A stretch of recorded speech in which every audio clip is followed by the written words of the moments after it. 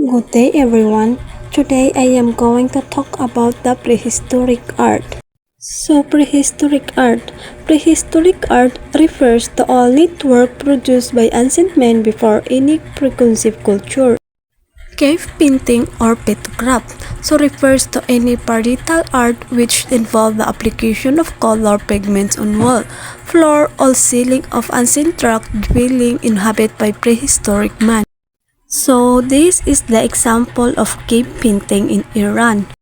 So the next one is monochrome. So monochrome is a cave painting or image with only one color. Chauvet Cave in France, this is one of the example of monochrome. So the next one is polychrome.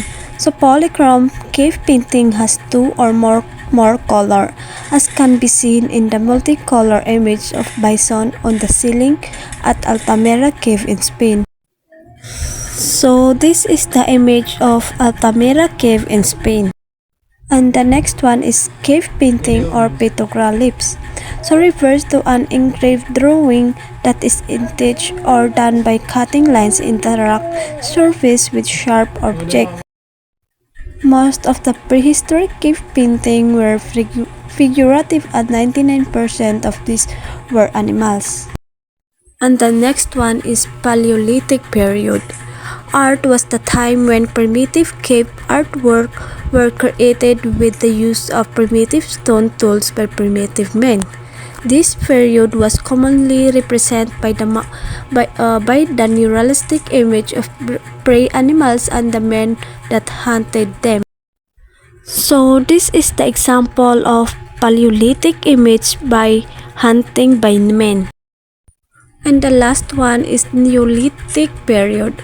So Neolithic period, the shift from old stone to a Paleolithic to new stone age of Neolithic, when man began to develop culture and change his lifestyle.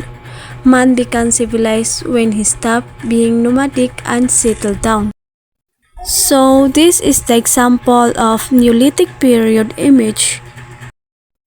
And now we are going to tackle about the Philippine primitive art. So primitive art is the art of societies that are typologically rather than chronologically primitive. So Philippine primitive art. The Philippines as a colony of Spain, US and Japan saw the decline and destruction of its ancient custom and tradition because of the strong influence of violence and intimidation bent the people to their will and thus in effect left a country hungry for its own identity.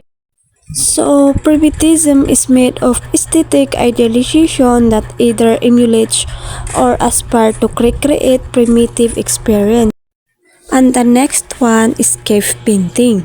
Cave painting is one of the example of primitive art, so it is located in the municipality of Rizal, Pianungan province of Rizal, where the Petroglyph Site Museum is located.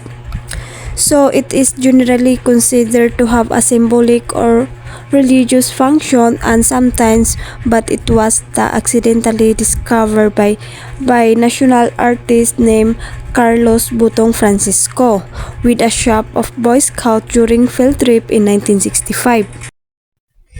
So this is the example of cave painting.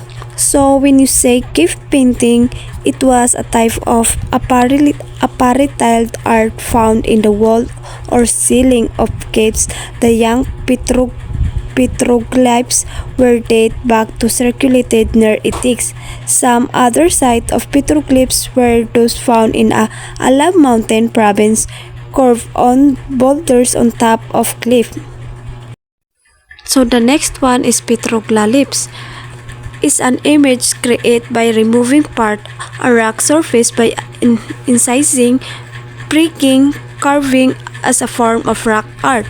It is a more often rare in Southeast Asia where most repostrain art is done through handprint or painting.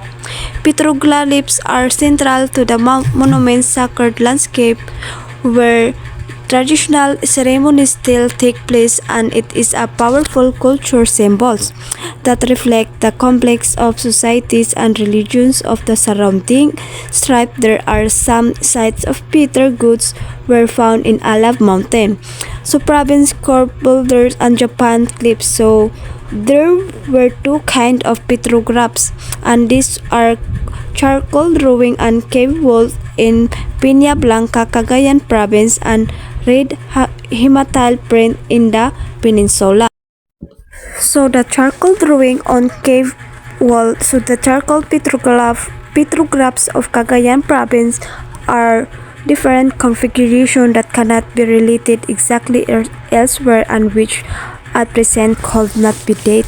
So this cave can be found in Peña Blanca, Cagayan province, and the Signapan caves in the southern Palawan. So the second one is the red hematite handprints are comparable with those found all over Asia, Australia, and Europe. So Philippines. So it could be found in the Anda Peninsula, Bohol province, and the dating of this is still undertaken. So this is one of the example image of red hematite handprints. So this is it.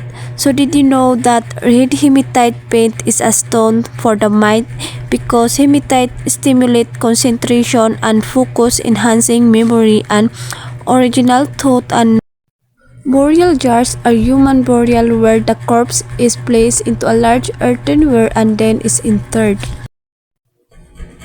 So the second one, burial jar, was found in a Manungol Cave, Lipuon Point, Palawan in the early 1960s. So the Manungol jar was a show that the Filipinos' maritime culture is paramount, that is reflected its ancestor religious belief. So one of the example image of burial jar. So the image on the top of the jar covered in a boat with two human figure representing two souls on a voyage the day after life. So the burial jar is now considered as one of the Philippine national culture treasures. And the last one is the earthenware pots. So earthenware pots resembling human figure were found in Ayub Cave in Pinol Maitom, Sarangani province. The jar were used as secondary burial jars and were dated to the Metal Age, about 5 BC and 2 to 5 AD. So here are some examples of earthenware pots. So the creation of this earthenware by trying human figure and faces in which it's indicate a high level of craftsmanship. So the earthen pots came from the clay that has gone through a unique brush.